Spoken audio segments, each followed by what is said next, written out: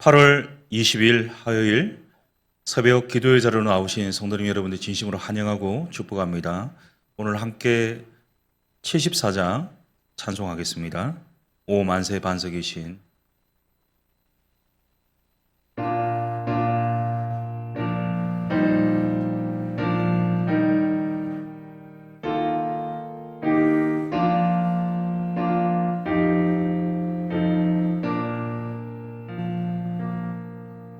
오 만세 반석이신 주 우리 하나님 저 창조 이전부터 또 영원하도록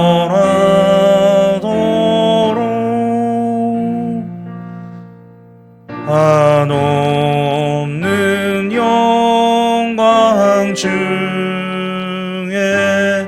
그 보좌 있으니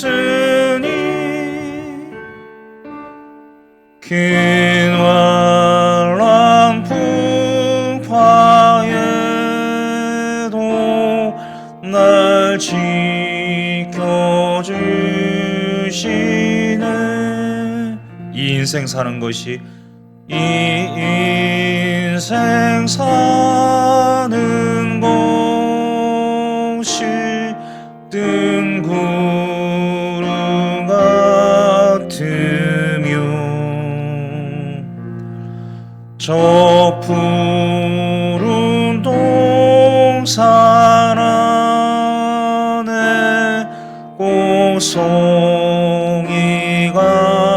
또다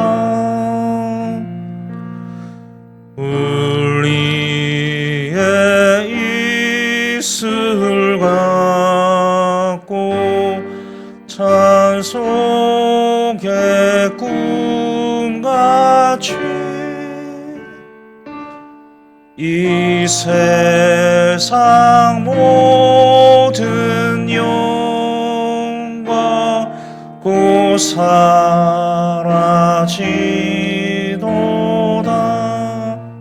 한없는 사랑으로 한없는 사랑으로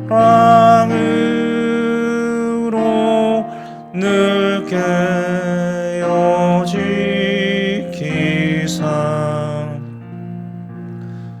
큰 자비 베푸시고 늘 인도하시니 내 평생 짧은 세월 빛나게 살도록 참 빛인 성령으로 날 채워주소서.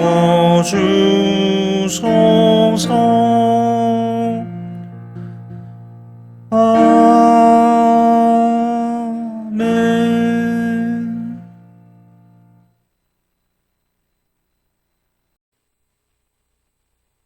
오늘 우리에게 주시는 하나님의 말씀은 예레미야 51장 20절에서부터 32절까지의 말씀입니다. 예레미야서 51장 20절에서부터 32절까지의 말씀입니다. 51장 20절에서부터 32절까지의 말씀입니다. 함께 교독하도록 하겠습니다. 여호와께서 이르시되 너는 나의 철대 곧 무기라. 나는 내가 나라들을 분쇄하며 내가 국가들을 멸하며 네가 말과 기마병을 분쇄하며 내가 병거와 병거들을 부수며 네가 남자와 여자를 분쇄하며 내가 노년과 유년을 분쇄하며 내가 청년과 처녀를 분쇄하며 내가 목자와 그 양떼를 분쇄하며 네가 농부와 그 멍에서를 분쇄하며 내가 도백과 태수들을 분쇄하도록 하리로다. 너희 눈앞에서 그들이 시온에서 모든 악을 행한 대로 내가 바벨론과 갈대아 모든 주민에게 갚으리라. 여호와의 말씀이니라. 여호와의 말씀이니라. 온 세계를 멸하는 멸망의 사나 보라. 나는 내 원수라. 나의 손을 내 위에 펴서 너를 바위에서 굴리고 너로 불탄 산이 되게 할 것이니 사람이 내게서 집 모퉁이 들이나 기초돌을 취하지 아니할 것이요 너는 영원히 황무지가 될 것이니라. 여호와의 말씀이니라. 땅에 깃발을 세우며 나라들 가운데 나팔을 불어서 나라들을 동원시켜 그를 치며 아라락과 민니와 아스그나스 나라를 불러 모아 그를 치며 사무관을 세우고 그를 치되 극성스러운 메뚜기같이 그 말들을 몰아오게 하라. 뭇 백성 곧 메대 사람의 왕들과 그 도백들과 그 모든 태수와 그 관할하는 모든 땅을 준비시켜 그를 치게 하라. 땅이 진동하며 소용돌이 치나니 이는 여호와께서 바벨론을 쳐서 그 땅으로 황폐하여 주민이 없게 할 계획이 섰음이라. 바벨론의 용사는 싸움을 그치고 그들의 요새에 머무르나 기력이 쇠하여 여인같이 되며 그들의 거처는 불타고 그 문빗장은 부러졌으며 보발꾼은 보발꾼을 맞으려고 달리며 전령은 전령을 맞으려고 달려가 바벨론의 왕에게 전하기를 그 성읍 사방이 함락되었으며 32절 같이 있습니다. 모든 나루는 빼앗겼으며 갈대밭이 불탔으며 군사들이 겁에 질렸더이다 하리라. 아멘. 3세기 교보였던 성 어거스틴은 이런 말을 한 적이 있습니다. 하나님은 사람이 아니어도 일하실 수 있지만 사람이 아니고서는 일하시지 않으신다. 그리고 하나님은요, 사람을 통해 일하십니다. 하나님이 하나님의 뜻을 이루어 가실 때, 하나님 나라를 확장해 가실 때 반드시 사람을 도구로 사용하셔서 일하시는데요. 선한 도구가 있고 악한 도구가 있습니다. 우리 예를 들어서 모세는요, 선한 도구일까요? 악한 도구일까요? 예, 선한 도구입니다. 아나니아와 삽비라는요, 예, 악한 도구겠죠? 악한 도구 되고 싶은 사람 있으십니까? 아무도 없을 겁니다. 누구나 선한 도구가 되고 싶어 하는데요. 오늘 본문은요, 하나님의 도구로 쓰임받을 때, 특별히 선한 도구로 쓰임받으려면 어떻게 해야 할지에 대해서 비유적으로 말씀하고 있거든요. 특별히 오늘 하나님의 도구로 쓰임받고 있는 바벨론에 대해서 언급하고 있습니다. 우리 20절을 같이 한번 읽겠습니다. 시작. 여호와께서 이르시되 너는 나의 철퇴 곧 무기라. 나는 내가 나라들을 분쇄하며 내가 국가들을 멸하며. 여기서 바벨론의 별칭, 하나님께서 바벨론을 부르시는 별명이 나옵니다. 나의 철퇴 곧 무기라고 표현하고 있습니다. 그러니까 하나님께서 전쟁 무기인 철퇴처럼 이 무기처럼 바벨론을 사용하시다는 표현인데요. 이 20절을요, 과거 시제로 보느냐 또는 미래 시제로 보느냐에 따라서 해석이 완전히 달라지게 됩니다. 이 과거 시제로 볼 때는요, 철퇴는요 바벨론을 의미합니다. 미래 시제로 볼 때는요, 이 철퇴는요 페르시아를 의미하거든요. 저는 이 학자들의 의견이 분분하지만 저는 과거 시제로 보려고 합니다. 그렇다면 철퇴는요, 페르시아일까요, 바벨론일까요? 예, 바벨론입니다. 이 바벨론을 철퇴로, 무기로 모든 나라 열방들을 심판하시는 심판의 도구로 사용하셨다는 말인데요. 이 하나님의 도구로 사용된 바벨론의 이 철퇴라는 용어를 통해서 힘과 이 폭력성을 잘 묘사해주고 있습니다. 이 철퇴는요, 모든 것들을 분쇄하거든요. 분쇄하다는 동사가 철퇴의 동사용으로요 20절에서 23절까지 9회나 사용되고 있는데 제가 한번 정리해 봤거든요. 여기 보시면요, 20절에 나라와 국가들을 분쇄하고요, 말과 기마병, 병거와 병거들을 분쇄합니다. 22절에 보면 남자와 여자, 노년과 유년, 청년과 처녀, 목자와 양떼, 농부와 멍에소, 도백과 태수들까지 지고아를 막론하고 남녀노소를 막론하고 모두 분쇄했습니다. 모두 부서졌고요, 모두 약탈당했습니다. 23절을 같이 한번 읽어볼까요?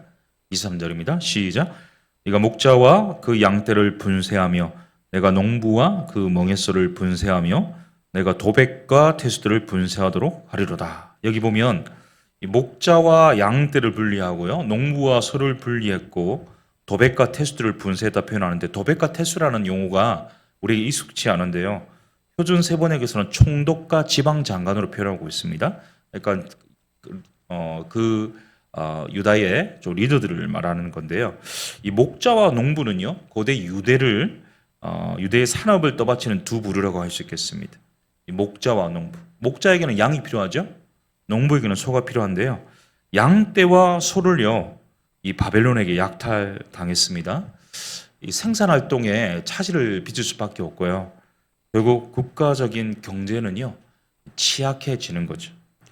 이 바벨론은 유다를 정복했고 백성들을 포로로 끌고 갔고 가족들이 이산하도록 흩어 버렸습니다. 여기서 한 가지 문제가 발생하는데요. 앞서 언급드렸던 것처럼 바벨론은요, 하나님의 도구였습니다. 그런데 분명 하나님의 도구인데요, 하나님께 쓰임 받았는데요, 그 도구로서의 역할, 본분을 망각했습니다. 24절 제가 읽겠습니다. 너희 눈앞에서 그들이 시온에서 모든 악을 행한 대로 내가 바벨론과 갈대아 모든 주민에게 갚으리라. 여호와의 말씀이니라. 아멘. 이 바벨론의 문제가 뭐냐? 하나님 도구 맞거든요. 하나님께 쓰임 받았거든요. 도구로서 자기의 자리를 지켜야 되는데 어느 정도의 선을 지켜야 하는데요. 그만 그 선을 넘어가서 자의적인 영광을 추구하고요. 하나님께서 허용하지 않은 악까지 자행하게 되었습니다. 시온, 여기서 말하는 시온은 유다인데요. 하나님 백성 아니겠습니까? 근데 하나님 백성을 심판하라고는 했지만 아주 죽이라고는 하지 않았는데 심각한 폭력을 가한 겁니다. 그 자녀에게 행하는 것은요, 그 자녀의 부모에게 행하는 것과 같거든요. 그러니까 선을 넘어서 그 자녀인 유다를 학대하고 폭력을 행사하는 것은요, 그 부모된 하나님에 대한 적대로 볼 수 있겠습니다. 결국 교만입니다. 교만. 자기의 선을 넘어서서 자기의 범주를 넘어서서 하나님의 자리까지 침범했고요. 이 교만은 패망의 손봉이란 말이 있지 않습니까? 하나님이 24절을 통해서 바벨론이 행한 그대로 갚겠다 이렇게 말씀하고 있습니다. 25절 같이 있습니다. 시작. 여호와의 말씀이니라. 온 세계를 멸하는 멸망의 산아 보라. 나는 내 원수라. 나의 손을 내 위에 펴서 너를 바위에서 굴리고 너로 불탄 산이 되게 할 것이니. 이 바벨론의 별칭, 아까 어떤 별칭이 있었습니까? 철퇴라고 제가 표현을 했었는데요. 또 하나의 별칭이 나옵니다. 여기서 말하는 별칭은요, 멸망의 산이다. 하나님의 심판의 도구였던 철퇴에서요, 하나님의 심판의 대상인 멸망의 산이 되고 말았습니다. 이 멸망의 산은 화산을 가리키는 표현인데 바벨론 지역 자체가 이 화산지대가 많았다고 합니다. 그런데 말 그대로 멸망의 산이 되고 말았습니다. 이 바위에서 굴리고 불탄 산이 되게 할 것이다 이렇게 표현하는데요. 하나님이 화산을 터뜨렸는지는 잘 모르겠습니다. 어쨌든 이 멸망의 산은 불탄 산이 될 것입니다. 27절을 보십시오. 제가 한번 읽겠습니다. 땅에 깃발을 세우며 나라들 가운데 나팔을 불어서 나라들을 동원시켜 그를 치며 아라락과 민니와 아스그나스 나라를 불러 모아 그를 치며 사무관을 세우고 그를 치되 극성스러운 메뚜기같이 그 말들을 몰아오게 하라. 앞서 지난주에 이제 말씀 나눌 때 그 바벨론에 관해서 말씀 나눌 때 마치 이 메데 바사 연합군을 하나님이 진두지휘하고 명령하는 것처럼 한다고 했는데 바로 오늘 본문도 그렇습니다. 27절에 보니까 메데를 비롯해서요, 바벨론 북동부의 나라들을 동원하십니다. 그리고 마치 메뚜기 떼처럼, 여러분 영화나 뉴스나 이런 영상들을 보면요, 메뚜기 떼가 지나간 곳은요 황폐하게 되지 않습니까? 아무것도 남지 않습니다. 마치 메뚜기 떼처럼 엄청난 군사들, 그리고 그 군사들이 이 바벨론을 향해서 왔을 때 모든 것들이 황폐화된다는 말이죠. 하나님께서는요 그 군대를 직결시킵니다. 깃발을 들고요 함께 모으는 신호로 나팔을 부십니다. 여기 보시면 메데 바사는 물론이고 이 세 나라가 언급되고 있거든요. 27절 다시 보시면요, 이 아라랏이라는 나라가 나오고요, 민니라는 나라가 나오고 아스그나스라는 나라가 나옵니다. 저도 좀 생소한 나라인데요. 제가 찾아봤거든요. 이 아라랏은 우라루트라고 하는데 주전 8세기 아수르의 사르곤과 벌인 전투로 유명한 강대국이라고 합니다. 주로 바벨론 북서쪽에 위치하고 있는데 민니도 같은 위치에 있습니다. 만나임이라는 나라인데요. 세 번째 아스그나스는 조금 설명할 게 많습니다. 이 두 나라와 흑해 사이에 있던 반호, 우르미아호 북쪽에 아스그나스가 위치했는데 여러분 역사라는 책을 쓴 헤로도토스 아시죠? 이 헤로도토스가 뭐라고 했냐면 아스그나스를 스키타이인이라고 부르면서요 맹렬한 전사라고 이렇게 알리고 있습니다.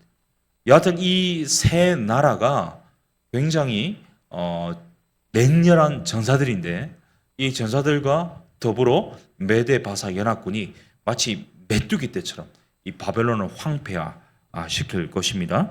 30절을 제가 읽습니다. 바벨론의 용사는 싸움을 그치고 그들의 요새에 머무르나 기력이 쇠하여 여인같이 되며 그들의 거처는 불타고 그 문빗장은 부러졌으며 그날에 이 맹렬한 연합군들의 이 용맹스러움에 대해서요 바벨론 용사들은 싸울 의욕이 꺾입니다.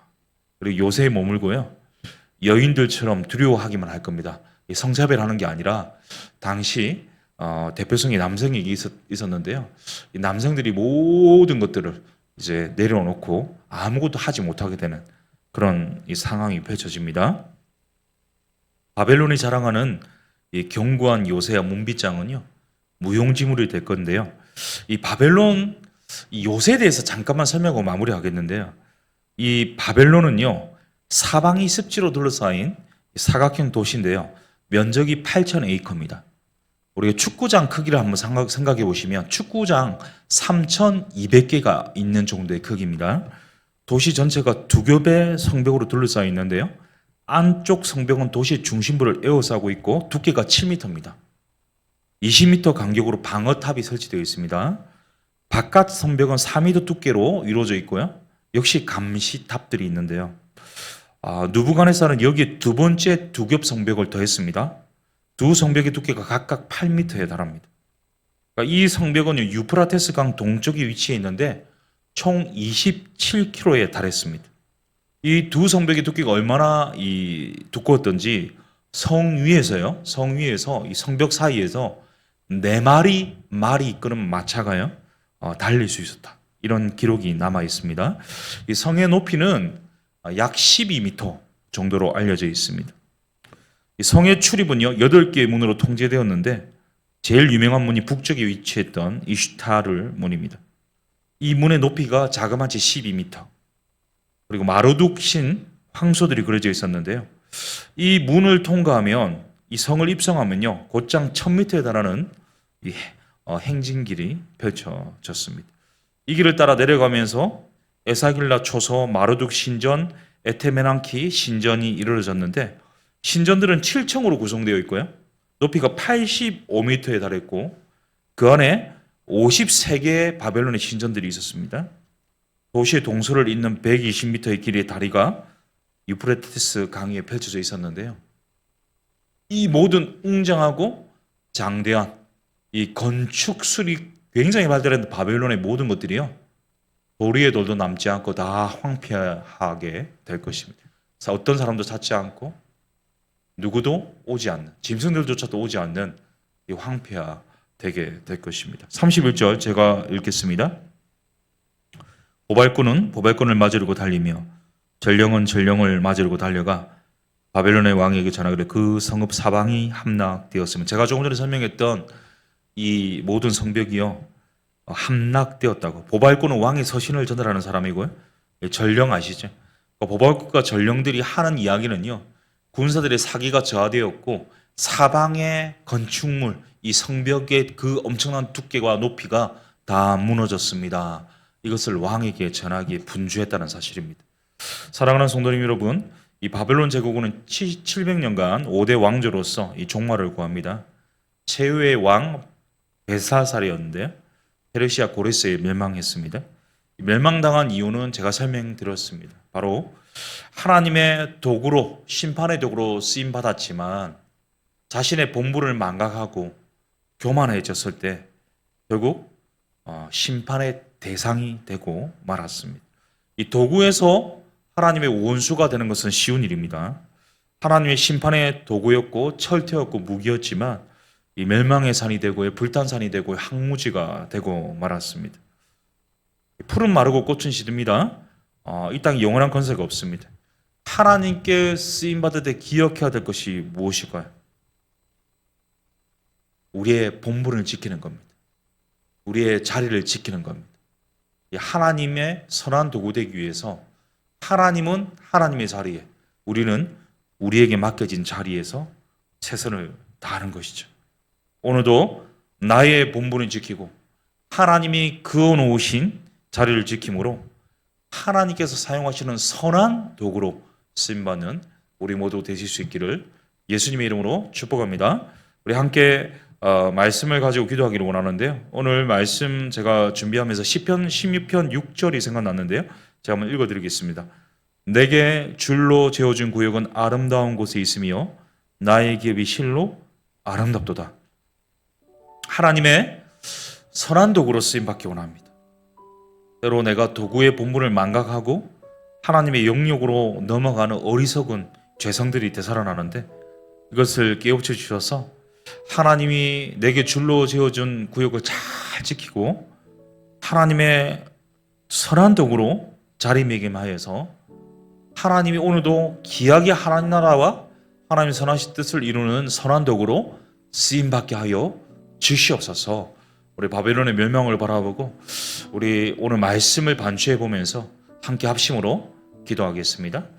사랑의 하나님, 하나님의 도구 되기를 원합니다. 그러나 선한 도구 되기를 원합니다. 악한 도구로 쓰임받고 버림받는 것이 아니라 선한 도구로 쓰임받아서 하나님 나라와 하나님 영광과 하나님 선하신 뜻을 위하여 귀하게 쓰임받기를 원합니다. 하나님, 내 자리가 어디인지를 잘 살피고 하나님이 줄로 재어준 구역을 넘어서지 않는 겸손함 허락하여 주셔서 하나님 바벨론이 교만했을 때 패망했던 것처럼 하나님 혹시나 나도 모르게 하나님 편에 서서 하나님처럼 행동하고 판단하고 내 마음대로 살아가는 이 죄성들이 철저하게 깨트려져서 주님 앞에 겸비함으로 순전함으로 날마다 이 주님의 종이라는 사실, 주님의 도구라는 사실을 기억하고 주님의 귀한 도구로 귀하게 쓰임받도록 인도하여 주옵소서. 우리 교회를 위해서 기도합니다. 세워주신 리더들을 위해서 기도해 주십시오. 우리 다음 세대 여름 사역 잘 마쳤는데요. 또 다음 세대 각급 예배를 통하여서 여름 사역의 은혜가 계속해서 이어질 수 있도록 도와주시고 우리 다음 세대 복음화가 이루어지도록 특별히 우리 수험생들 약 3개월 남았습니다. 우리 모든 시험 기간 동안 하나님의 은혜로 최상의 컨디션으로 잘 준비하여서 또 좋은 결과 있도록 주님 인도하여 주옵소서. 우리 성도님들 가운데 이 하나님의 은혜가 필요한 분들이 있습니다. 육신적인 질병 때문에 또는 수술을 앞두고 수술 이후에 회복 중인 분들 또는 하나님의 이 공급이 필요한 분들, 정신적인 내면의 스트레스 때문에 고통스러워하는 분들 또는 앞날이 보이지 않아서 하나님 길을 열어주시기를 기도하는 분들 한 분 한 분 찾아가 주셔서 하나님 은혜 주시고 길이 되어주시고 치유하여 주옵소서. 우리 하반기 사역이 준비되고 있는데요. 우리 새가족 양육과 우리 풍삼조 상기 또 제자훈련 또 하반기에도 풍성하게 진행될 수 있도록 우리 합심으로 기도하신 후에 우리 개인 기도하시고 돌아가겠습니다. 기도하겠습니다. 살아계신 하나님, 하나님의 은혜로 더 사랑 교회가 든든히 세워지기를 간절히 소원합니다. 특별히 하나님, 이 여름 사역을 통하여서 다음 세대가 좀 많은 은혜를 얻었는데요. 하나님, 다음 세대 각급 예배를 통하여서 정말 하나님의 임재를 체험하고 하나님의 세대가 되고 이 부흥의 세대가 되게 하시고 예수의 꿈을 꾸게 하시고 예수의 사람들이 되게 하시고 예수의 제자들이 될 수 있도록 주님께서 붙잡아 주시옵소서.